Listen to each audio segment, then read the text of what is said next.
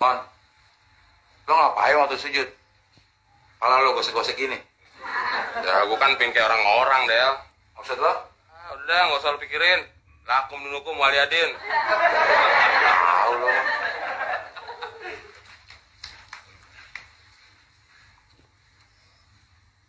Kok belum hitam juga ya? Caranya ya?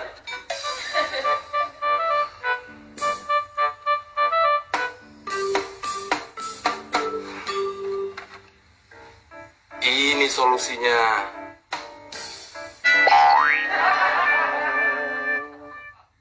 Man, cepetan dong. Ntar keburu azan nih. Gak kebagian tempat kita. Dari kiri lo, Mon. Wah.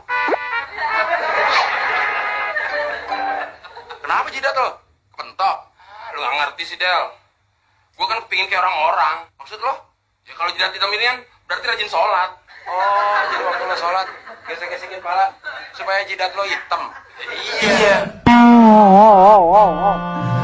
Ketika melihat seseorang dengan tanda hitam di jidat, hal pertama yang mungkin terlintas adalah anggapan bahwa orang tersebut sangat rajin dalam menjalankan ibadah sholat. Bahkan selama ini, adanya tanda hitam di jidat seorang muslim sering dimaknai sebagai tanda kesalehan dan dalamnya tingkat ketakwaan. Namun, benarkah demikian? Sebetulnya, munculnya tanda hitam pada jidat bisa disebabkan oleh gesekan yang dihasilkan oleh kontak berulang dari dahi dengan sejadah di saat sholat. Namun tentu saja, itu tidak menjadi tanda akan kesalehan dan dalamnya tingkat ketakwaan. Sebab, ketakwaan dan kesalehan yang sesungguhnya selalu diukur dengan baiknya akhlak, moralitas, dan tingkah laku. Malahan, adanya tanda hitam di jidat sangat tidak disukai oleh baginda Nabi.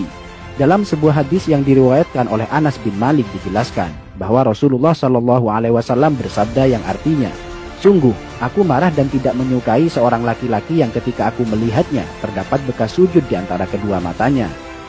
Dalam hadis lain yang diriwayatkan oleh Imam Al-Baihaqi dituturkan bahwa Abdullah bin Umar, salah seorang sahabat terkemuka, tidak menyukai adanya bekas hitam pada dahi seorang muslim. Suatu hari, ada seseorang yang datang menemui Ibnu Umar.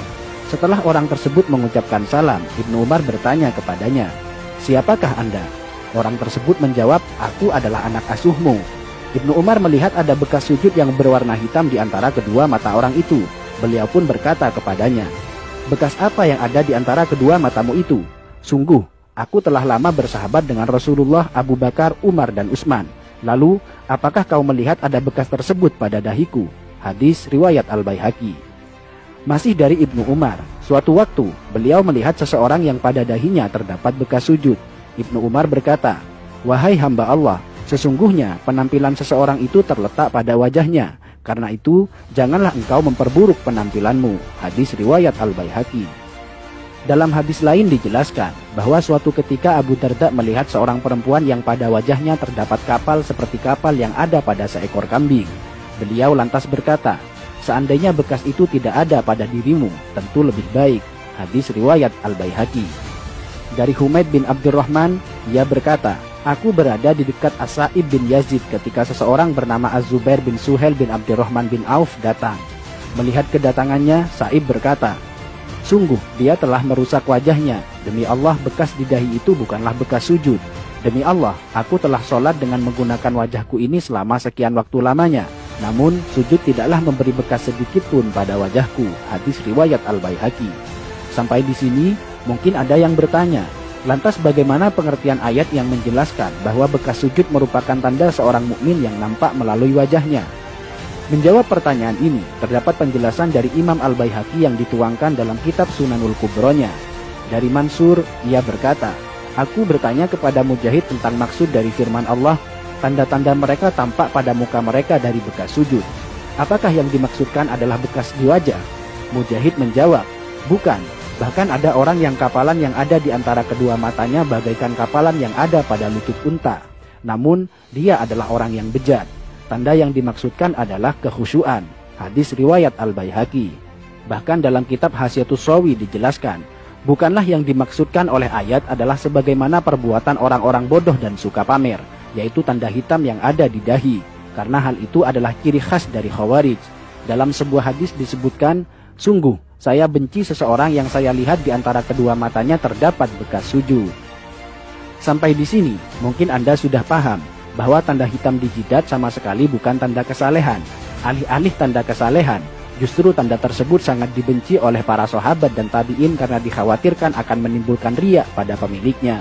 Dan perlu dicatat bahwa orang yang mengaku rajin dalam bersujud namun terdapat bekas hitam di dahinya, itu artinya ada yang salah pada gerakan sholatnya. Karena seharusnya muka orang yang rajin bersujud akan tampak bercahaya dan berseri-seri, bukan sebaliknya menjadi kapalan dan menimbulkan bekas hitam. Biasanya dia menjadikan dahinya sebagai tumpuan, bukan tangan dan kedua lututnya. Padahal cara sujud yang benar adalah sebaliknya, yaitu menjadikan kedua tangan dan lutut sebagai tumpuan.